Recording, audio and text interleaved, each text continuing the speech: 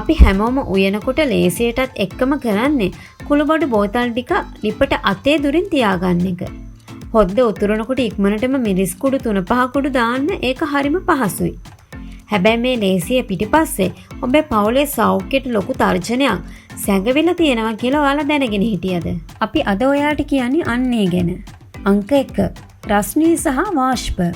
කුළුබඩු වල තියෙන ගුණයේ සුවඳ සහ රස රැඳී තිබෙන්නේ ඒවායේ අඩංගු සුගන්ධ තෙල් නිසා. ඔබ කුළුබඩු බෝතල් ලිපාසල තැබුවම ලිපෙන් නිකුත් වන අධික රස්නය නිසා මේ තෙල් වර්ග ඉක්මනින් වාෂ්ප වෙනවා. එවිට කුළුබඩු වල රසය සහ ගුණය බෝතලයේ ඇතුළේදීම විනාශ වෙනවා.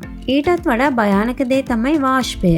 හොද්ද උතුරන වෙලාවට ඔබ බෝතලයේ ඇර ලිපට උඩින් අල්ලනකොට ඒ වාෂ්පය බෝතලයේ ඇතුළට යනවා. මේ තෙතමනේ කුළුබඩු සමග මිශ්‍ර වීමෙන් කුළුබඩු ඉක්මනින්ම පිලුණු වීමට හෝ ගුලි ගැසීමට පටන් ගන්නවා. අංක 2. ඇෆ්ලටොක්සින්. මේක තමයි බරපතලම තත්ත්වය. අධික තෙතමනේ සහ රස්නේ තියෙන පරිසරයක කුළුබඩු තැබූ විට එහි දිලීර වර්ග වර්ධනය වෙන්න පුළුවන්. මේ දිලීර මගින් ඇෆ්ලටොක්සින් නැමැති විෂ වර්ගය නිපදවනවා. මේ ඊටාම බලවත් පිළිකා කාරකයක් ලෙස තමයි හඳුනාගෙන තියෙන්නේ. විශේෂයෙන්ම මිරිස් කුඩු සහ 3-5 කුඩු වල මේ දිලීරය වර්ධනය වීමේ ප්‍රවණතාවය වැඩි. ඔබ දිගින් දිගටම මෙවැනි විෂ සහිත කුළුබඩු ආහාරයට ගැනීමෙන් අක්මාවේ පිළිකා වැනි දරුණු රෝගාබාධ ඇතිවීමේ අවදානමක් පවතිනවා. අංක 3.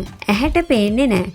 බොහෝ වෙලාවට මේ දිලීර වර්ධනය වීම හෝ කුළුබඩු වල ගුණය නැතිවීම අපේ පියවි ඇසට පෙනෙන්නේ නැහැ. කුළුබඩු වල වර්ණය පරණ වෙනකොට මදක් වෙනස් වුවත් අපි හිතන්නේ ඒක සාමාන්‍ය දෙයක් කියලා. නමුත් ඇසට නොපෙනෙන මේ ශුද්ධජීවී ක්‍රියාවලිය ඔබේ සිරුර ඇතුළත ලෙඩ කරන නිහඬ මාරයෙක් බවට පත් වෙනවා. අපි කොහොමද අපේ මේ කුළුබඩු බේරගන්නේ? ඔබේ කුළුබඩු වල නැවුම් බවත් පවුලේ සෞඛ්‍යයත් රැකගන්න මේ පියවර අනුගමනය කරන්න.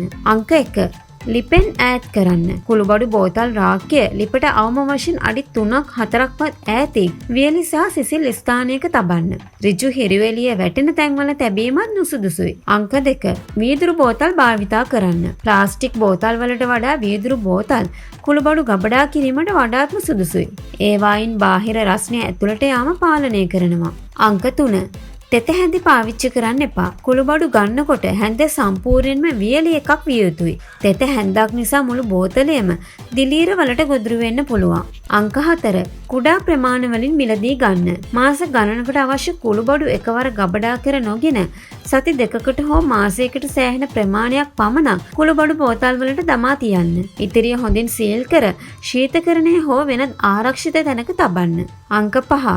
උතුරන හොද්දට කෙලින්ම දාන්න එපා. බෝතලය ලිප උඩට ගෙනහිල්ලා කුළුබඩු දැමීම වෙනුවට හැන්දට අවශ්‍ය ප්‍රමාණය ගෙන බෝතලය වසා පසුව එය හොද්දට එක් කරන්න. කුළුබඩු කියන්නේ කෑමට රසය දෙනවා වගේම ඖෂධීය ගුණයක් තියෙන දේවල්. ඒ ගුණය විෂ වෙන්න ඉඩ නොදී පරිස්සම් කරගන්න එක ඔබේ වගකීමක්.